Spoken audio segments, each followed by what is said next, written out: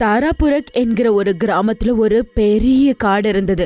ஆனா அந்த காட்டுல நிறைய பேய் இருக்கு அப்படின்னு சொல்லி ஊரு ஜனங்க எல்லாருமே அத பத்தி பேசிக்காங்க. ஆனா யாருமே பயத்தினால அந்த வழியா போகவே மாட்டாங்க. ஆனா ஊர்ல சில பேரு இந்த பேய்ங்கள பத்தி நம்பாத ஆளுங்க. அவங்கள ஒருத்தர் தான் ரத்தன். அவங்க மனைவி எவ்வளவு சொன்னாலும் அவரு கேட்காம அந்த ரூட்ல தான் நான் ஊருக்கு போவேன் அப்படின்னு சொல்லி அவரு அடம் பிடிக்கிறாரு. என்னங்க எத்தனை வாட்டி சொன்னாலும் கேட்க மாட்டேங்கிறீங்க?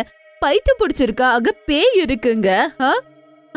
நான் சொன்னா நீங்க கேட்க மாட்டீங்க. உங்களுக்கு எல்லாம் தெரியும் தானே? அந்த பக்கம் போனா அந்த பேய் கொலை பண்ணிடுங்க. பேயின்னு ஒண்ணு இருக்கு. நான் சொல்றத கேளுங்க நீங்க. அட, நான் எந்த பேய்க்கும் பயப்பட மாட்டேன். அது மட்டும் இல்லாம இந்த காட்டு வழிதான் சின்ன பாதை சிட்டிக்கு போறதுக்கு. அப்படி இருக்கும்போது நாம காட்டு வழியில எதுக்கு போக கூடாது? அது மட்டும் இல்ல, பேய் பிசாசு வந்தாலும் கூட பாத்துட்டாரு நான் அதை எப்படி சட்னி ஆக்குறேன்னு அப்படின்னு சொல்லி அவன் காட்டு வழியாவே ஊருக்கு போக ஆரம்பிச்சிடுறான். அதுக்கப்புறமா அவன் காடுல போகும்போது அவனுக்கு அவனே பேசிக்கிறான். இங்க நேச்சர் எவ்வளவு நல்லா இருக்கு. எல்லா பக்கமும் பச்சை பசேர்னு இருக்கு. இந்த கிராமத்துக்காரங்க இங்க பேய் இருக்குன்னு சொல்றாங்க. எல்லாரும் பயப்படுறாங்க.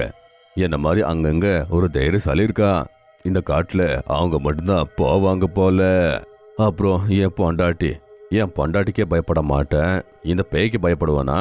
ரத்தன் அப்படின்னு சொல்லிக்கிட்டே இருப்பான். அப்ப அவனுக்கு சடனா யாரோ கத்துற சத்தம் கேக்குது. யாரு அவன்? என்னைய பயமுறுத்த பாக்குறான்? நீ எவனா இருந்தாலும் நான் பயப்படவே மாட்டேன். தைரியம் இருந்தா வாடா. அப்ப ரத்தன் முன்னாடி பயங்கரமான பேய் வந்து நிக்குது. அதுக்கப்புறம் அது கத்தி சொல்லுது. அப்படியா? உனக்கு பயமே இல்லையா? இரு, பயம் நான் என்னன்னு நான் உனக்கு இப்ப காட்டுறேன். ஐயோ, இந்த காட்டுல நிஜமாவே பேய் இருக்கு. ஓடு ஓடு. அதுக்கப்புறம் அவன் முன்னாடி இன்னும் 2 பேய்கள் வந்து நிக்கிறத அவன் பாக்குறான். ஐயோ கடவுளே, இந்த காட்டுல வெறும் பேயா இருக்கு. ஐயோ, நான் செத்தேன்டா. இன்னும் நீ சாகல, சாக போற தெரியுதா? முதல்ல உன்னோட ரத்தத்தை நான் குடிக்கிறேன், அதுக்கப்புறம் ருசியா சாப்பிடுறேன். அப்படின்னு சொல்லி அவங்க அவனோட ரத்தத்தை குடிச்சிடுறாங்க. அதுக்கப்புறம் அவனோட உடலை கொண்டு போய் ஊருக்குள்ள போட்டுடுறாங்க. அந்த டெட் பாடிய பார்த்த ஜனங்க எல்லாருமே அந்த இடத்துக்கு வந்து பாக்குறாங்க. அவங்க மனைவி அவரை பார்த்து அழுது அழுது கஷ்டப்படுறாங்க. அங்க இன்ஸ்பெக்டர் ரவி மற்றும் கான்ஸ்டபிள் பகதூர் வராங்க. ரத்தனோட மனைவி அழுதுகிட்டே சொல்றாங்க, காட்டுல இருக்க அந்த பேய்ங்க என்னோட கணவரை கூட சாகடிச்சிடுச்சுங்க. ஐயோ, என்னோட கணவரே என்னை விட்டு போயிட்டாரு. இந்த ஊரு ஜனங்க ஒவ்வொரு நாள் இந்த பேய்கிட்ட மாட்டிக்கிட்டு செத்துக்கிட்டு தான் இருக்காங்க. கடைசியா இன்னைக்கு என்னோட கணவர் செத்துட்டாரே. எவ்வளவு சொன்னா அந்த பக்கம் போகாதீங்க போகாதீங்க, நான் சொல்றது கேட்காம அடம் பிடிச்சு அந்த பக்கம் போனாரு. இன்னைக்கு எவரே இல்லாம போயிட்டாரு. வா பகதூர், காட்டுக்குள்ள போலாம். அந்த காட்டுல என்ன நடக்குதுன்னு நம்ம பார்க்கலாம். சார், நீங்க காட்டுக்கு புதுசு, அதனால இந்த காட்டுல இருந்து நீங்க தூரமாவே இருங்க. அது மட்டும் இல்லாம இந்த காட்டுக்குள்ள எனக்கு போக விருப்பம் இல்ல. நீ வரலனா உன்னோட வேலையே போயிரும். என் கூட வரியா இல்லனா வேலையை விடுறியா? ரவி அப்படி சொன்ன உடனே ஹவல்தார் பகதூர் அவர் கூட காட்டுக்கு போறாரு. அவங்க கொஞ்ச தூரம் போன உடனே அங்க யாரோ அவங்கள பார்த்து சிரிக்கிற சத்தம் கேக்குது. ஐயா, உங்களுக்கு ஏதாச்சும் கேட்டுச்சா? யாரோ சத்தமா சிரிக்கிறாங்க. சார், இங்கிருந்து நம்ம போயிடலாம் சார். உங்களுக்கு விருப்பம் இல்லைன்னா என்ன விட்டுருங்க. எனக்கு சின்ன குழந்தைங்களா இருக்காங்க. நான் செத்துட்டா அவங்க நிலைமை என்ன? கொஞ்சம் யோசிங்க. அப்ப ரவி காட்டுக்குள்ள ஒரு பொண்ண பாக்குறாரு. அப்ப அவரு அந்த பொண்ணு பின்னாடியே போறாரு. ரவி பகதூர் கிட்ட சொல்றாரு, பகதூர், அந்த சிவப்பு சொல்ல பொம்பளைய பாரு. இந்த காட்டுல அவ என்ன பண்றாங்க? சார், காட்டுக்குள்ள நீங்க எங்க போய்கிட்டே இருக்கீங்க? எனக்கு யாருமே தெரிய மாட்டேங்குதே. அப்பல இருந்து சிரிப்பு சத்தம் மட்டும்தான் கேட்டுக்கிட்டே இருக்கு. சார், என் பேச்ச கேளுங்க. இந்த காட்டுல இருந்து நம்ம வெளியே போயாகணும். யாருக்கு தெரியும், அவங்க பேயா இருக்கலாம்ல. இந்த ராத்திரில இந்த காட்டுல யாராச்சும் இருப்பாங்களா சொல்லுங்க? அவ கண்டிப்பா பேய்தான். ஆனா ரவி பகதூர் சொல்றது எதுவுமே கேட்க மாட்டாரு. அவர் ஏதோ பயத்தாலதான் சொல்லிக்கிட்டு இருக்காரு அப்படின்னு நினைக்கிறாரு. ஆனா அவரு அந்த பேய் பின்னாடியே போறாரு. அவரு பின்னாடி கொஞ்ச நேரம் போன பிறகு ரவி அந்த பொண்ணு கிட்ட போன உடனேயே அவளோட முகத்தை பார்த்து அவர் ரொம்பவே ஷாக் ஆயிடுறான். இன்ஸ்பெக்டர், உனக்கு உன்னோட உயிர் முக்கியம்னா இங்கிருந்து ஓடி போயிடு. இந்த காட்டுல நிறைய பயங்கரமான பேய்ங்க இருக்கு. அவங்க உன்னை சாகடிச்சிடுவாங்க. நான் இங்கிருந்து போக மாட்டேன். அப்புறம் பேய் பிசாச இந்த காட்டுல இருந்து நான் துரத்துவேன். நீங்க தினமும் அப்பாவிங்களை கொண்டுகிட்டு இருக்கீங்க. அதுவும் கொடூரமா கொல்றீங்க. அப்ப அவனுக்கு யாரோ கத்துற சத்தம் கேக்குது. அது வேற யாரோ இல்ல, அந்த 2 பேய்ங்க. அப்ப பஹாதூர் கிட்ட வருதுங்க. இன்னைக்கு இந்த கான்ஸ்டபிள் கதை முடிஞ்சிச்சு.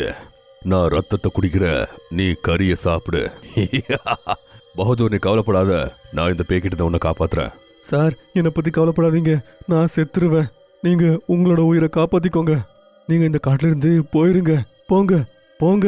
இன்ஸ்பெக்டர், இங்க இருந்து ஓடுன்னு சொன்னல அப்படின்னு சொன்ன உடனே ரவி அங்கிருந்து ஓட ஆரம்பிக்கிறான். ஓடுறான். அவன் சாயந்தரமே ஆயிடுது. அதுக்கப்புறம் அவனுக்கு தாகத்தால தொண்டெல்லாம் அப்படியே வறண்டு போகுது. அவன் கஷ்டப்படுறான். காட்டுல இருந்து அவன் ஊருக்குள்ள போன உடனே ஊரு ஜனங்க அவங்கள பார்த்து புரிஞ்சுக்கிறாங்க. அதுக்கப்புறம் ரவி சொல்றாரு, காட்டுக்குள்ள போனவங்க திரும்ப வந்ததா இல்ல. ஆனா நீங்க, எனக்கு எப்ப கூட புரியல, அந்த பேய் என்னை எதுக்கு விட்டுச்சுன்னு. அவ என்ன கொன்னுருக்கலாம். சார், அவ என் தங்கச்சி மீனா. அவ ரொம்ப ரொம்ப நல்ல பொண்ணு சார். அது என்னாச்சோ தெரியல, கல்யாணத்தன்னைக்கு அவ காட்டுக்குள்ள போயிட்டான். அதுக்கப்புறம் வரவே இல்ல. நான் மறுபடியும் காட்டுக்குள்ள போகணும். ஆமா, இந்த காட்டுல இவ்வளோ பேய் எப்படி வந்துச்சு? சரி, இந்த பேய்கிட்ட இருந்து எங்களை காப்பாத்துங்க, இல்லனா எல்லாருமே இந்த பேய்க்கு பலி ஆயிருவாங்க. சிட்டிக்கு போறதுக்கு இந்த காட்டு வழிதான் சின்னதா இருக்கிறதுனால கிராமத்து ஜனங்க சரியான ரோட்ல போறதை விட்டு காட்டு வழியில போக விருப்பப்பட்டாங்க. இன்னைக்கு நீங்க ஒரு பிரச்சனை இல்லாம திரும்ப வந்ததுனால இந்த கிராமத்துல இருந்த இந்த பிரச்சனைய நீங்க கண்டிப்பா தீர்த்து வைப்பீங்கன்னு நம்பிக்கை வந்திருக்கு. ரவி ரொம்பவே ஸ்ட்ராங்கான ஒரு ஆளு. அவர் ரொம்பவே சின்சியரா வேலை செய்யற ஒரு ஆளு. அவர் அவங்க அம்மா கொடுத்த ஒரு பஜ்ரங்கபலி லாக்கெட்ட பாக்கெட்ல இருந்து எடுத்து போட்டுக்கிட்டு மறுபடியும் அவர் அந்த காட்டுக்குள்ள போறாரு. நீங்க தனியா அந்த காட்டுக்குள்ள போக வேண்டாம், நானும் கோயிலோட பூசாரியும் கூட வரோம். அப்புறம் என்ன, அவங்க 3 பேரும் காட்டுக்குள்ள போறாங்க. காட்டுக்குள்ள கொஞ்ச தூரம் அவங்க போன பிறகு ரொம்ப ஜோரா காத்தடிக்க ஆரம்பிக்குது. அதுக்கப்புறமா பயங்கரமான சத்தம். அப்ப ரவிக்கு மறுபடியும் அந்த பொண்ணு தெரியுது. ரவி அப்படின்னு சொல்ல வராரு. அப்ப ரவி, பானு மற்றும் பூஜாரி அவங்கள சுத்தி நிறைய பேய்ங்க நிக்குது. அப்புறமா அதுங்க ஜோரா சிரிக்க ஆரம்பிக்குதுங்க.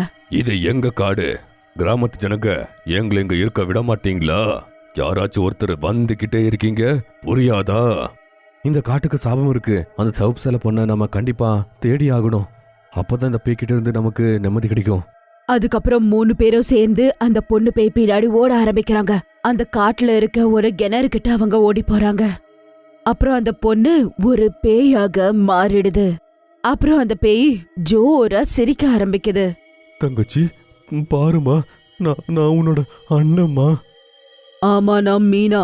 வயசுல ரொம்ப பெரியவருக்கு என்ன கொடுத்து கல்யாணம் பண்ணணும்னு நினைச்சாங்க. ஆனா நான் ராகுல்ல லவ் பண்ணிக்கிட்டு இருந்தேன். அவன் கூடவே நான் ஓடி வந்துட்டேன். அதுக்கப்புறம் இந்த காட்டுக்குள்ளதான் வந்தோம். அப்ப அவனும் என்ன ஏமாத்த பார்த்தான்.